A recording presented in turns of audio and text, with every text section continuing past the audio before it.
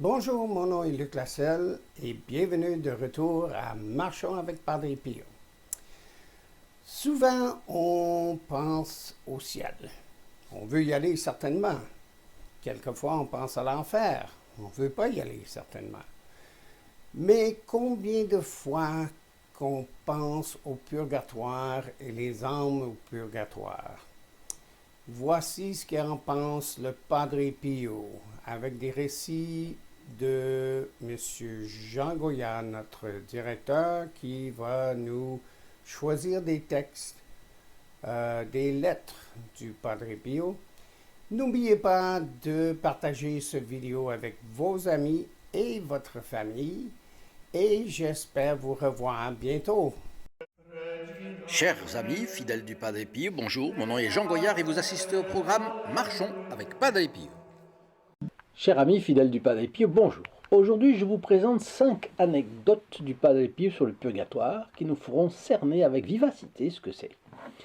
Et avant, je vous donne un bref élément de doctrine incontestable. Il s'énonce de la façon suivante, mais c'est du mot à mot, je n'invente absolument rien.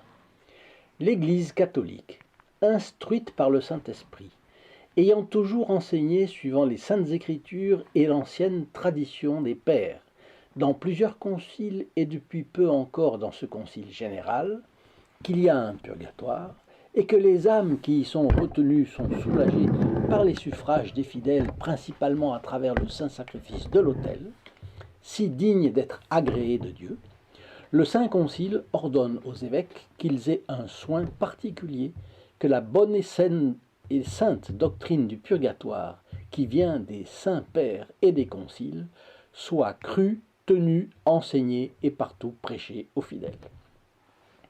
Ce sont donc 3 arguments prouvant l'existence du purgatoire: les Saintes Écritures, la doctrine des pères de l'Église et les définitions de l'Église. Ce passage est extrait du Concile de Trente, session 25, vous le retrouvez dans Internet, c'est la déclaration sur le purgatoire. Alors vous le savez aussi, l'Église est maîtresse infaillible en matière de foi, comme c'est le cas ici. Le purgatoire est donc un article de foi qui refuserait l'existence du purgatoire, ne serait pas ou plus catholique. Voyons maintenant comment l'envisageait le Padre Pio. Eh bien, le Padre Pio est un soir en conversation dans son couvent, et en sa présence, quelques confrères, ainsi que 2 ou 3 amis du Padre Pio impliqués dans les travaux à réaliser, sont là et discutent. Et on parle devant le Padre Pio de sa charité paternelle. De Gaddia est commissaire de police, et Tortora est avocat. Maître Tortora déclare: même après sa mort, le Padre Pio continuera de nous aider, parce qu'il souffrira encore pour expier nos péchés. L'intéressé, le Padre Pio, répond immédiatement: oh non, oh non! Une fois que nous aurons franchi le Rubicon, chacun de nous suivra son propre chemin. Tortora a parlé dans un élan d'enthousiasme pour la personne du Padre Pio, évidemment. Il est sans doute de bon esprit, mais théologiquement, il a tort. Car une fois passé le jugement particulier de chacun, les choses sont fixées pour toujours. C'est le ciel ou l'enfer, sauf pour les âmes qui vont au purgatoire, parce qu'elles sont dans un état transitoire. Un saint peut intervenir sur terre pour aider les hommes, si Dieu le veut, mais il ne va plus souffrir pour eux. Au ciel, il n'y a plus de souffrance.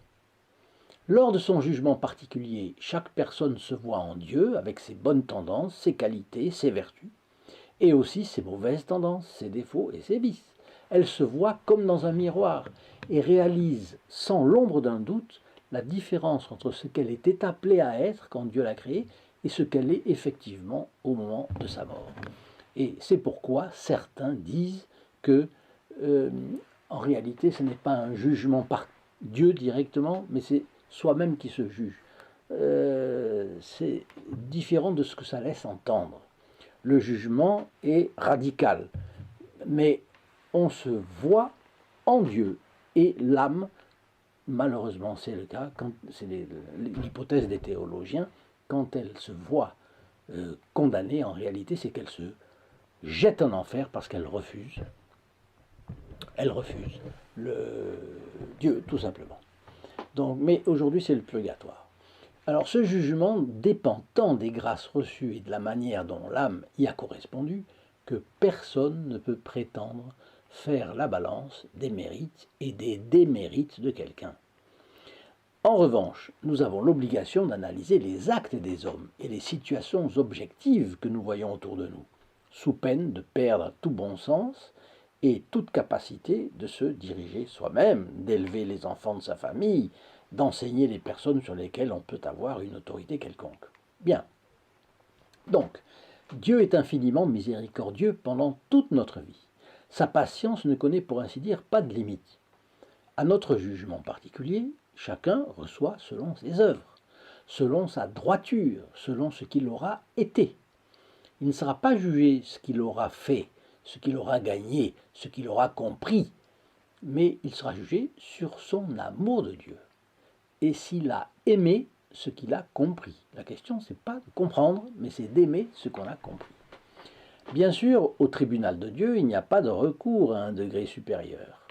Le jugement est complet et définitif. Pour les justes, la récompense. Pour les méchants, le châtiment. Je répète cette vérité constante dans l'Église. Sur terre, la miséricorde de Dieu n'a de limite que la méchanceté des hommes. Sinon, l'abondance et l'excellence de ces grâces dépassent notre imagination. Au jour du jugement particulier, c'est différent, parce que la perfection de la justice consiste à donner à chacun selon ses œuvres. Et Dieu est parfait aussi dans sa justice. Là, le souverain juge sonde les reins et les cœurs. Rien ne lui est caché. C'est le juge auquel il ne sert à rien de raconter des histoires. La justice humaine, c'est une chose. La justice divine, c'est une autre. Nous disions que le purgatoire était un état de transition. Le ciel et l'enfer, non, ils sont éternels. Une autre fois, je parlerai de l'enfer pour lequel les Écritures contiennent une foule de citations explicites. Et je vous les communiquerai, bien entendu. Pour l'instant, le Padre Pio parle du purgatoire. Et il ne veut pas induire en erreur les personnes qui assistent à sa conversation. Donc, il vient de dire, au long, une fois que nous aurons franchi le Rubicon, chacun suivra son propre chemin. Cela signifie que ce n'est pas dans le plan de Dieu que les élus souffrent au paradis. Alors, le commissaire de police de Gaddia intervient. Le padre ne passera pas par le purgatoire. Il ira droit au paradis. Il ira droit au ciel. Avec un grand sourire, le Padre Pio vient lui tendre la main et lui dit « Mettez votre main dans la mienne !»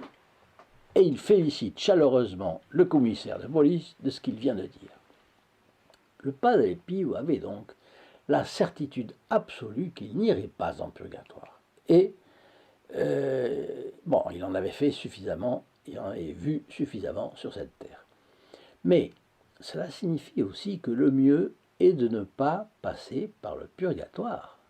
Qui sait quelles sont les peines qui restent aux âmes du purgatoire à offrir à Dieu pour les péchés mortels confessés, pour les péchés véniels confessés ou pas, et puis ce qu'il y a encore comme pénitence à offrir en conséquence du bien qu'on n'a pas fait ou du mal qu'on aura pu faire.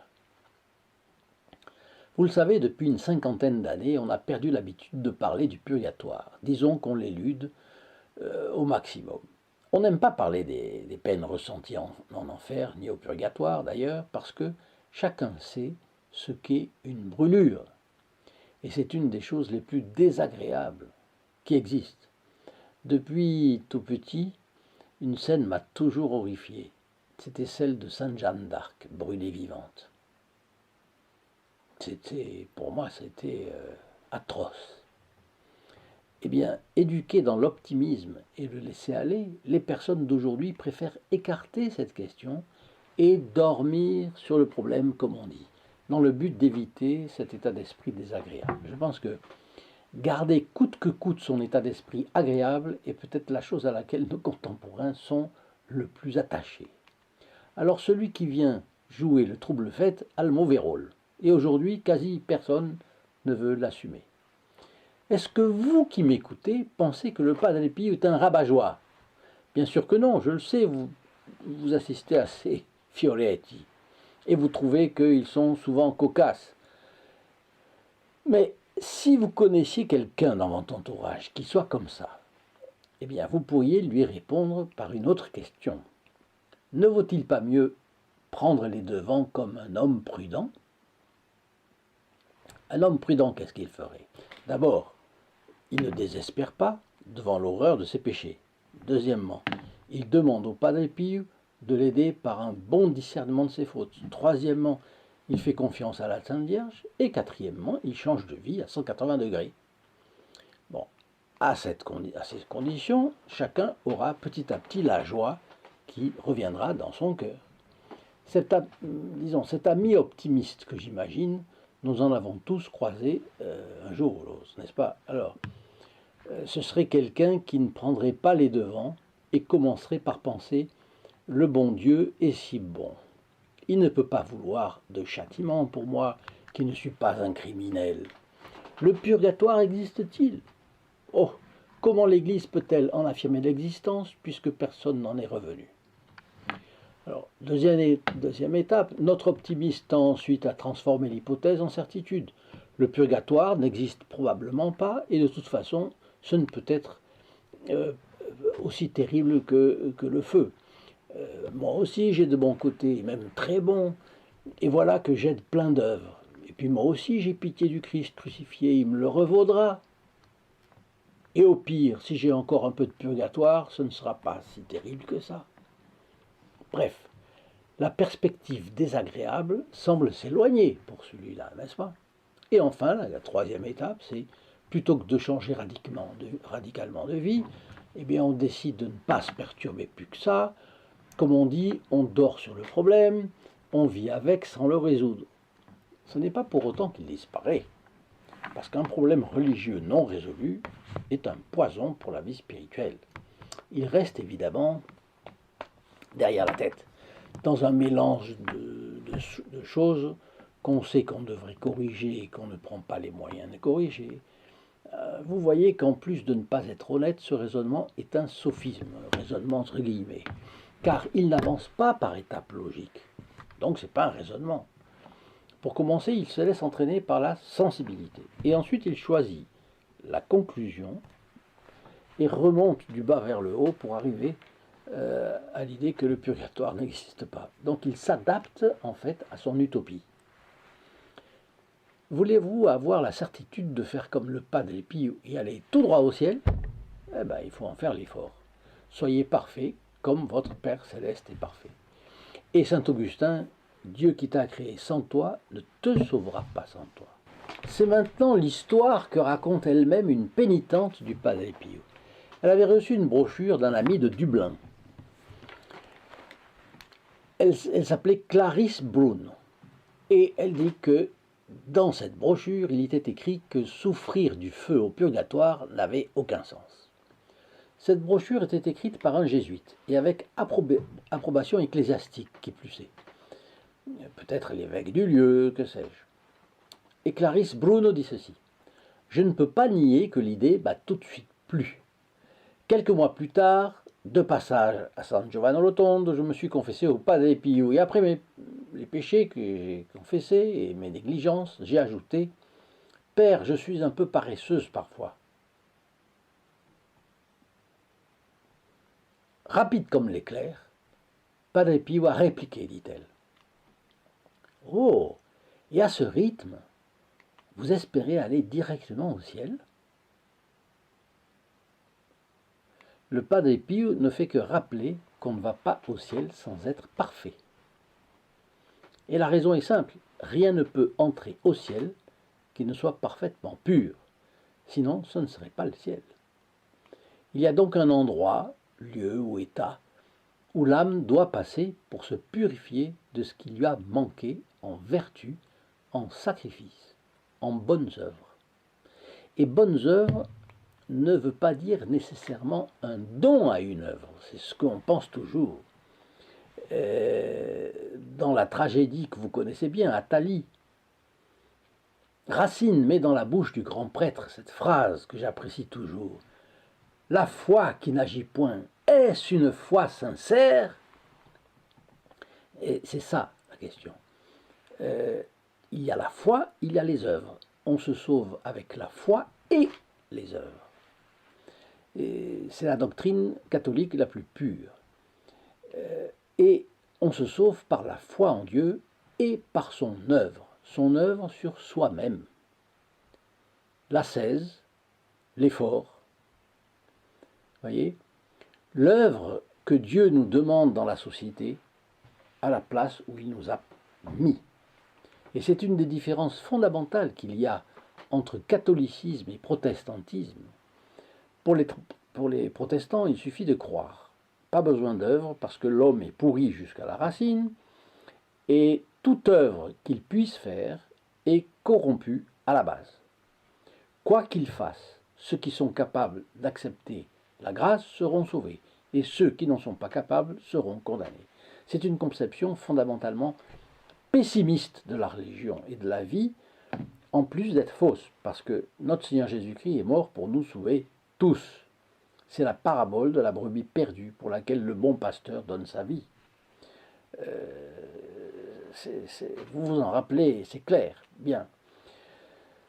Alors je vous raconte maintenant la plus vivante, si l'on peut dire, des 5 anecdotes que j'ai séparées pour vous pour aujourd'hui. Mais avant, laissez-moi juste vous dire que si vous voulez bénéficier d'une messe à toutes vos intentions, c'est gratuit.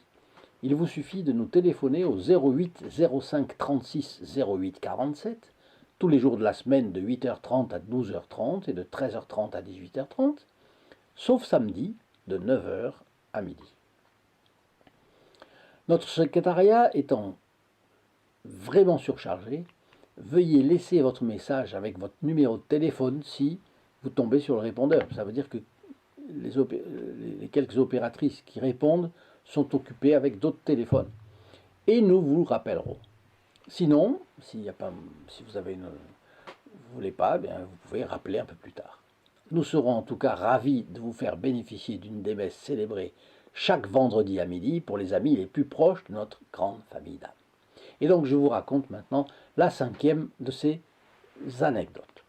Le frère capucin José Longo de San Giovanni Rotondo, un des compagnons de couvent du Padre Pio, demanda un jour à celui-ci de prier pour une fillette qui ne marchait toujours pas à son âge. On comprend qu'elle était assez... elle devait avoir en bas âge, mais enfin quelques années quand même. Ce faisant, il s'agenouilla devant le Padre Pio. Mais au lieu de s'agenouiller sur le sol, évidemment par inattention, il s'est agenouillé pile sur les pieds du Padre Pio. Vous avez bien présent à l'esprit que celui-ci portait à ses pieds les stigmates déjà horriblement douloureux de la passion du Christ. Et là, cela lui arrache une immense douleur. Alors il a dû pousser ou étouffer un cri. Bon, le père José Longue était évidemment désolé.